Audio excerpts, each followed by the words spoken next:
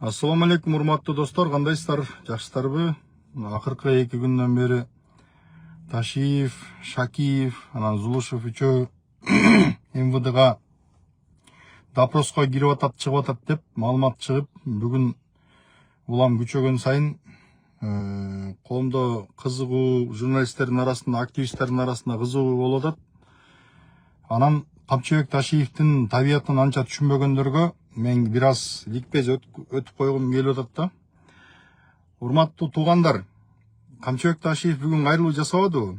Бул деген мен мыйзамдын алдында өзүмдү коргоп алам, мен акталып чыгам, силер ошон үчүн көтөрүлбөгүлө, тынч отургула, тиги бу деген сөзү, бул деген эл журт мени камаган жатышат, мени колдоп койбойсуңарбы дегендей тымызын намек да булчу.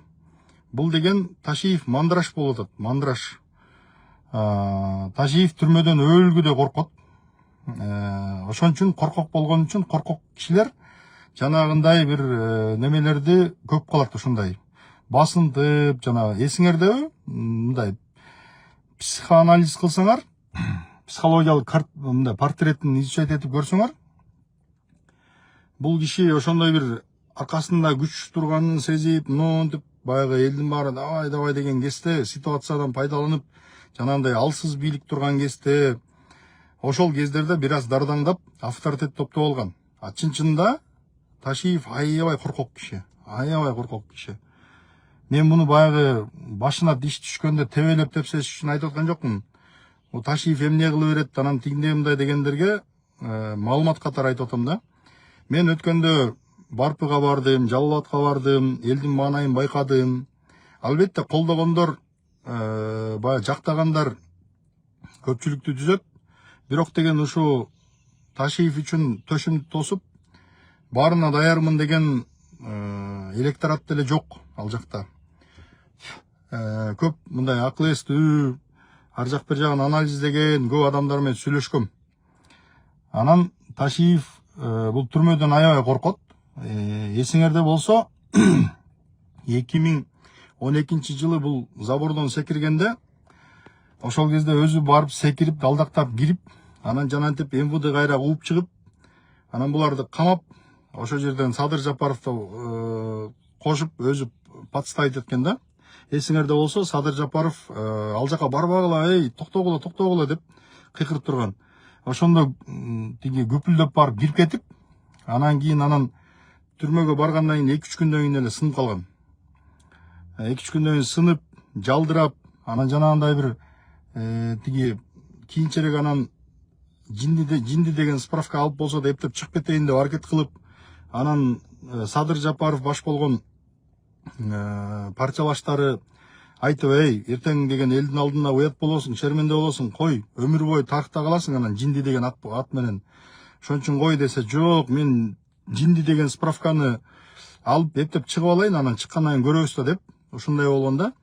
Анан өзү түрмөдөн аябай коркот. Анан кийин вообще эле негизи мындай ички духу коркок киши бул кишичи. Анан да Равшан Жээнбеков айтпады эле, сен ГКН болбосо сен эч ким эмессиң деп. Анткени Равшан Жээнбеков мунун чыныгы состояниясын жакшы билет.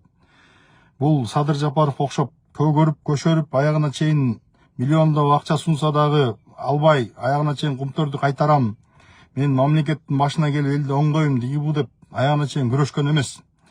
Жанагы Өмүрбек Бакиров менен парламентте айтышып кетпеди эле. Ошол жерден байкасаңар, бул паника болуп кеткен, паника.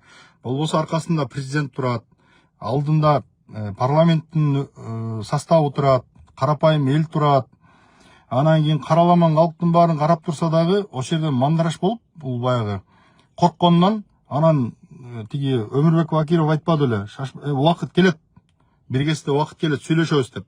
Намек бергенде, ошондо эмнеге убакыт келет экен, эмнеге убакыт көрсөтөт экен деп сөгүнүп, аябай паника болуп кеткен да. Кыргызча орой сөз менен айтканда чиче берген. Анан азыр дагы ошондой кайрылууну кылып, тынчтангыла демиш болуп туруп, анан мени колдобойсуңарбы, мени камаган жатышат дегендей намек берип атат. Камчыбек Кыдыршаевич, мына сиз ошентип элди козутуп үмүт атасыз да. Сиздин жаныңызда мисалы Нурлан Шакиев жүрөт, Зулушев жүрөт, Курманкул Токторалиевич. Курманкул Зулушев өзү мындай толковый, мыйзамды да билген, алдартын карап жүргөн ушундай адам да. Ал жакшынакай эле, алар жакшынакай эле паника кылбай, карлуу кылбай эле турат. Болбосо Курманкул Зулушевдин деле электораты бар болчу да. Анан өзү мыйзамдын баарын бузду, өзү сот, өзү прокурор болду. Прокуратурага буйруктарды берип, кече жакында Сактан Келдибаев деген интервью бериптир. Ошондо Зулушевга буйрук берип, иш козготкула тигибу деп, баягы өзүнө биргесте катуу сүйлөп койгон, же тоготпой койгон, ошолордун баардыгын кысмакка алып, анан кийин коркутуп, рекет болуп, канчасын тоноп, кылбаган нерсенин баарын кылыптыр. Анын баарын азыр көрүп атабыз. Азыр ошо баласы экөө мүчөк акчаларды көтөрүп алып, ГСУда арыз жазып келген бизнесмендерге акчаларын төлөп, ушакта жүгүрүп жүрөт деп аткан да.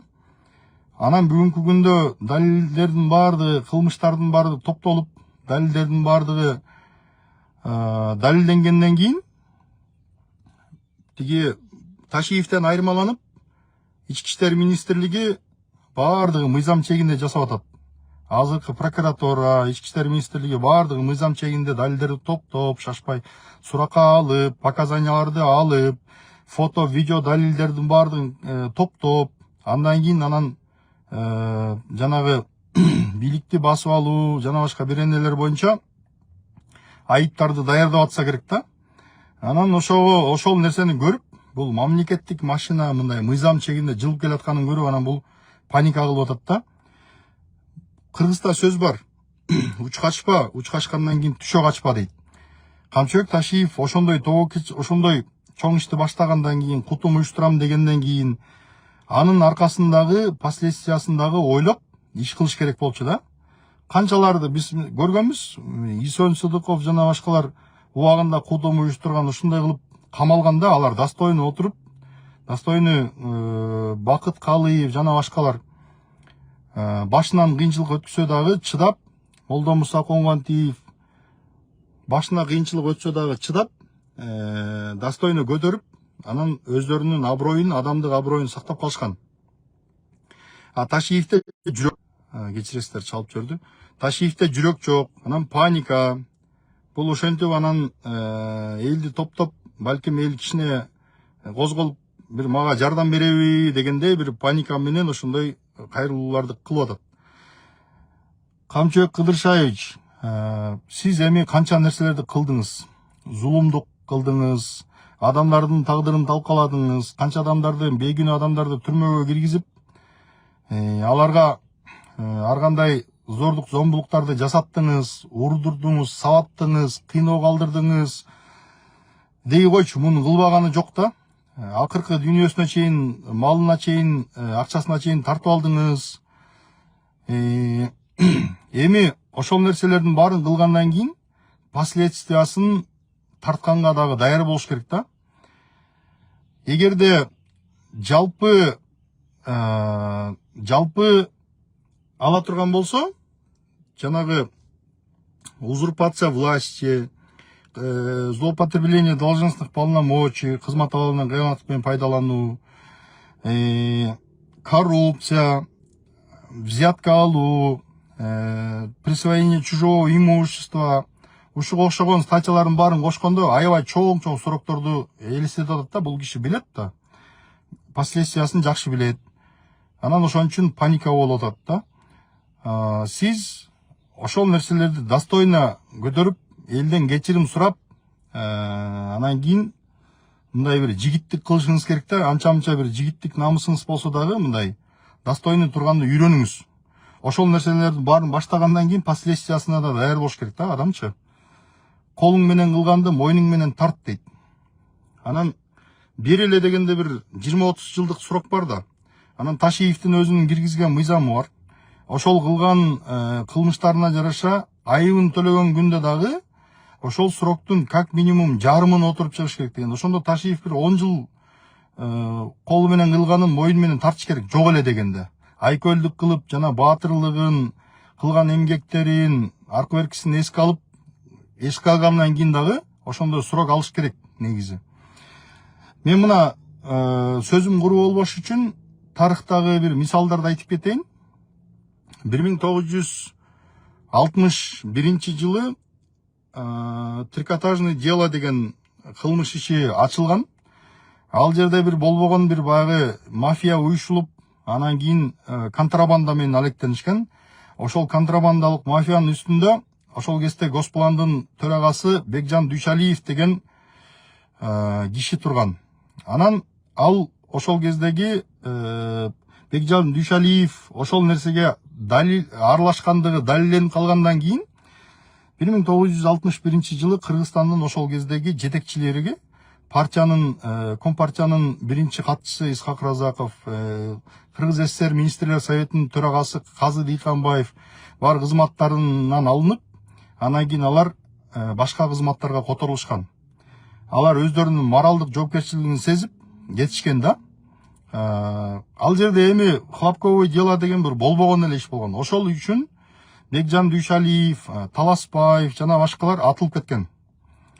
Анан бүгүнкү күндө карасаңар, анан кийин мясокомбинаттагы ал жерде дагы ошондой бир малдын этин контрабанда кылып, тяка бияка сатып, байып, сол чөнтөккө солоп бир аз иштер болгон. Ал жерде дагы 70-жылы Бостонов деген киши мясокомбинаттын директору атылып кеткен.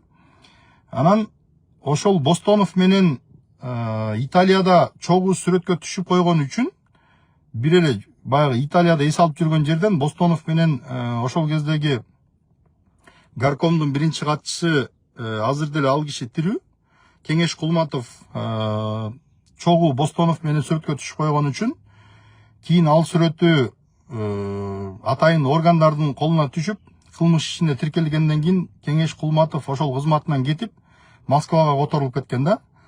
То есть ошол кезде жетекчилер өздөрүнүн моралдык жоопкерчилигин сезип, өздөрүнүн ыңгайсы сезип кетишкен да. А бүгүнкү күндө карасаңар, бул киши эмне деген гана кылмыштарды кылган эмес, кандай гана статьяларга тиешелүү иштерге барган эмес.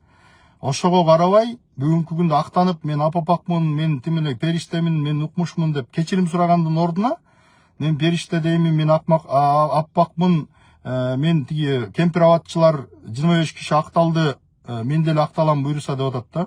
Кемпир-абадчылар ким да? Ташиев ким? Кемпир-абадчылар алар өздөрүнүн конституциялык укугунун негизинде митингге чыгып, анан ошо митинг уюштурабыз деп атканда ошондо кармалышкан да. Кемпир-абадчылардын ичинде эчтеке жок. Мен кача кемпир-абад маселесинде бийликтин позициясын ошол кезде да колдогом, азыр да колдойм.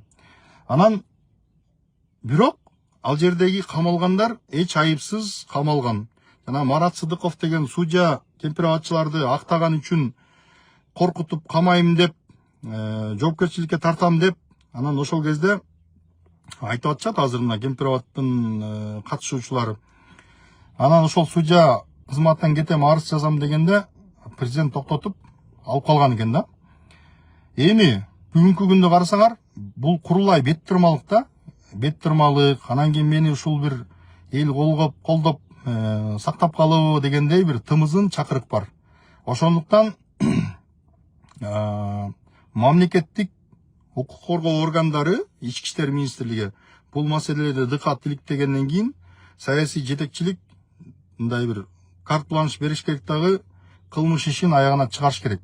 Кылмыш ишин аягына чыгарып, мындан кийин экинчи мындай балекет кайталанбасын, мындай акмакчылыктар болбосун, бейкүнөө адамдар жабыр тартпасын, бизнесмендер кордолбосун, бейкүнөө мамлекеттик кызматкерлер болбогон айыптар менен камакка алынбасын деп, ошондой бир мындай жакшы тазалануу болуш керек да.